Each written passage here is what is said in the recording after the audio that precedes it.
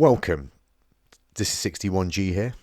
This is my review of the DJI Osmo Pocket 3, my first ever action camera. A bit about me. So I'm over 40 years old, never owned an action camera previously. I wanted something for my Thailand trip, travelling out to beaches, sightseeing and nightlife.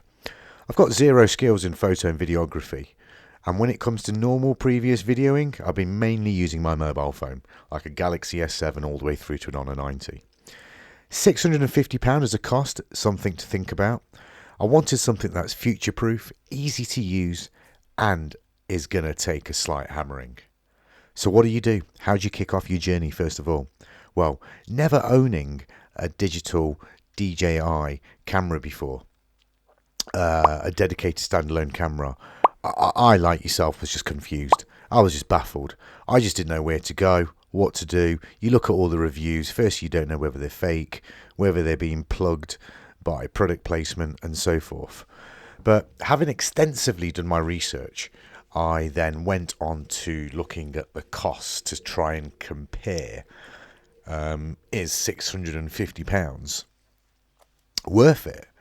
You know, it's a big chunk of cash. I mean, you can buy 2 Xbox Series X's. So on that note, I then started looking at the costs and trying to search what type of package I need. Do I need the standalone edition, or would it be better off with a combo edition? There's 2 very different costs here. I think one's £430 and the other one's £650. Then you got to look at stock. Then you start thinking to yourself, wait a minute, what am I doing? Can I just not get an alternative? Get something cheaper?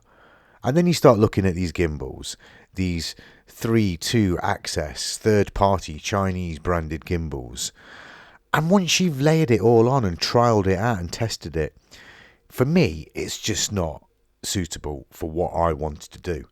They're not compact at all. They're very clunky, and they're really liable to break if you're going to be hammering around like I am. So I bit the bullet and purchased the Osmo Pocket 3 camera. I went out. Couldn't find it at my local Curry store in the UK because they were out of stock. I couldn't buy one directly from DJI because they were also out of stock. There's like a 2-month waiting list. So I just went out and just started searching. 2 days before my trip to Thailand, I was pretty keen, having, got the money secured, £650 odd. And then went on the hunt looking for a DJI Osmo Pocket 3. Found one on eBay, second-hand, used twice, combo edition, as you see on the pictures and screen there.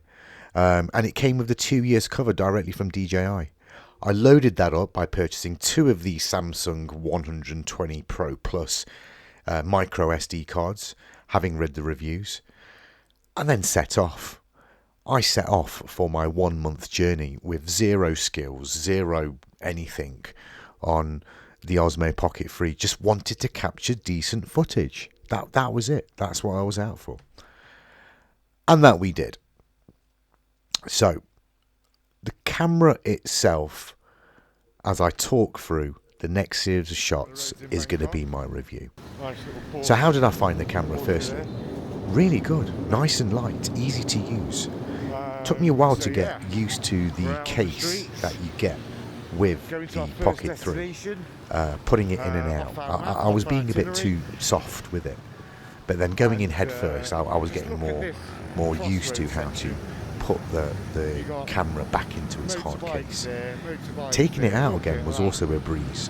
I mean, sometimes I would get rid of the case and have it in my bag and just have the gimbal in my pocket, the Pocket 3 in my pocket, and it worked well without the worry of damaging the head. It's pretty robust. I found the actual device camera itself and the head and the mechanisms are very, very robust. So that worked really well for me. The charging capability, the fast charging, the additional charging extension battery bank you get with this, perfect. I probably only had to take that out twice over the whole 4 weeks of my trip out in Thailand to charge it. In total, I took 2 hours and 10 minutes of video footage across those 2 SD cards. Now, you think I was there for 4 weeks, and I captured 2 hours. Oh, a lot of it I did. Some of the evening stuff I did capture on my mobile phone because I just wasn't, there are some occasions where you're not sober, you don't really want to be carrying that thing around in case you fully lose it. So that's how much video footage I captured, which is usable. So that's the camera, and that's the power. Portability of it, fantastic. Stick it in your bum bag, stick it in your bag, job done. Stick it in your pocket, job done. The case itself that it all comes with is a bit fiddly. I mean, there is a knack or a way in order to get that camera back in. From a footage perspective, I mean, look at that. This is on top of one of the sky bars in Bangkok, and the clarity, the visibility, the stabilization of it, it's just phenomenal. And I haven't had it on any of the settings because I don't even know what I'm doing with half the settings. I have no skills in EVs and ISOs and stuff like that. Just out of the box, bang, switch it on. That's what you're capturing. That is what you're seeing right there. So highly impressed with that. I didn't take any pictures with it because I just take all the pictures with my mobile phone and just find it better, easier for me to convert and also get them onto social media.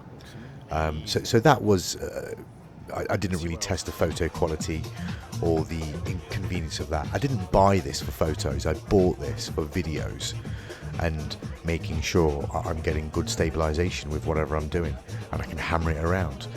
Take it on top of a roof bar with high winds, take it on the beach with lots of sand and water. It's not waterproof, by the way. What's the other point we want to talk about on the Pocket 3 is the lighting ability in low light. Works really well. I've gone into nightclubs with this, and even in such low light, it really pops out when the physical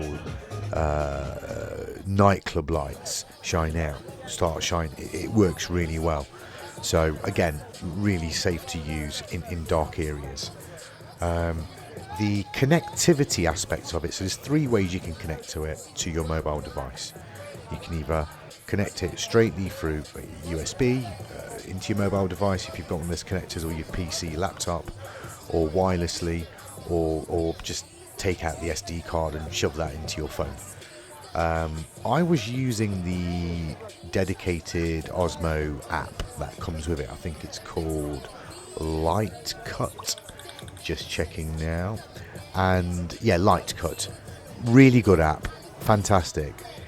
It allows you to just connect to your Osmo device, connect all the videos, grab all the videos you want to do, start editing, and just start making a clip straight away. It just removes away a lot of the friction, and it's all done wirelessly. Doesn't consume a lot of power from either mobile phone or the Osmo device, the Pocket device. So from a power perspective, it works really well from an editing point, and it's sufficient. It's got all the tools and stuff on there you want to do to edit it. This isn't what you're seeing here edited on the Lightcut. This is far from it. This is using PC video editing software. But there's other clips you'll see within this that have used Lightcut. So getting your videos out there is fantastic. Very easy, simple to connect to. All the extra accessories like the microphone, I didn't really try it out, didn't need to, because the microphone built into that is perfect. I suppose if I'm taking long distance shots, phenomenal.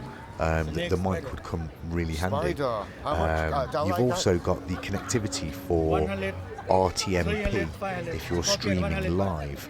Now, I'm currently testing and trialing out this feature at the moment, and with RTMP, I'm able to successfully stream to YouTube, but I'm also successfully able to stream RTMP to, for example, Twitch or Kick.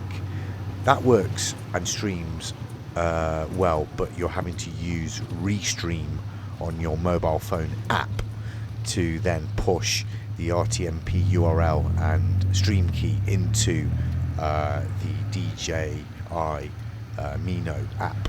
So it is a bit fiddly, but it works. I haven't really come across overlays and things like that, so I'm still working through that. So portability perspective covered, battery covered, quality covered, low light covered, connectivity covered. it really is as simple as that. I'll be using this for many, many days, many, many months and years to come, because I can't see another advancement coming out with what we have today, other than few minor software updates.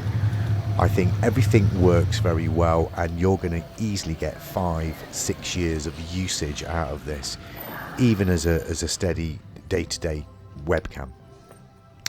Some of these footage here that you're seeing now is from some of the temples in, I think, Chiang Mai. Only male men are allowed in here, and just how you get that steadiness from the Pocket 3, it just shows, it shines through really well. So I didn't use any of the functionality that the additional features like EV or ISO or stuff like that, or face tracking. Didn't use that. It was straight out of the box and record. Didn't use the microphone, didn't use the stand. I barely used the battery pack as a constant tool to use my device. I only used it because I couldn't be bothered to charge it up to my main plug socket. I thought, well, I may as well use that. This is the elephant sanctuary in Pai that was taken, and I am feeding the elephants with my right hand whilst I'm holding the Pocket 3 very comfortably, without the strap, by the way, and just feeding them away. Look at that. You know, that's just really good. Think how good that would look if it was strapped up to a backpack strap. But even holding it in my left hand, you wouldn't know any difference. It looks just amazing. It looks phenomenal. So this is some of the footage coming directly from the Osmo. Settings wise, what settings did I change it to? Now, I toyed around with like 1080p 30 and then 4K 30 60 sort of towards the end of my holiday, because I was just trying to get used to the storage capacity. I thought, I don't want to be ripping everything in 4K 60. Before you know it, I'm going to be hammering through my SD cards. So it was all mixture of settings. So for beaches, I used probably 4K 60 settings, but it works really well. So final thoughts, what do I think? Should you buy this? Should you purchase the Osmo? Yeah, absolutely, without a doubt. If it's something you're in the market for, looking at, and you know you're not going to be spending anything else in the next 5 years or 3 years time, and it's great. It's a good device, easy to connect to. So yeah, I absolutely highly recommend the device. I'll leave you with this final footage of myself at one of the beaches in Koh Samui, and as you can see here, walking through, entering out into the gardens, into the beach and scenery there. Again, all taken by the DJI Osmo Pocket 3, my first ever action camera. Thank you.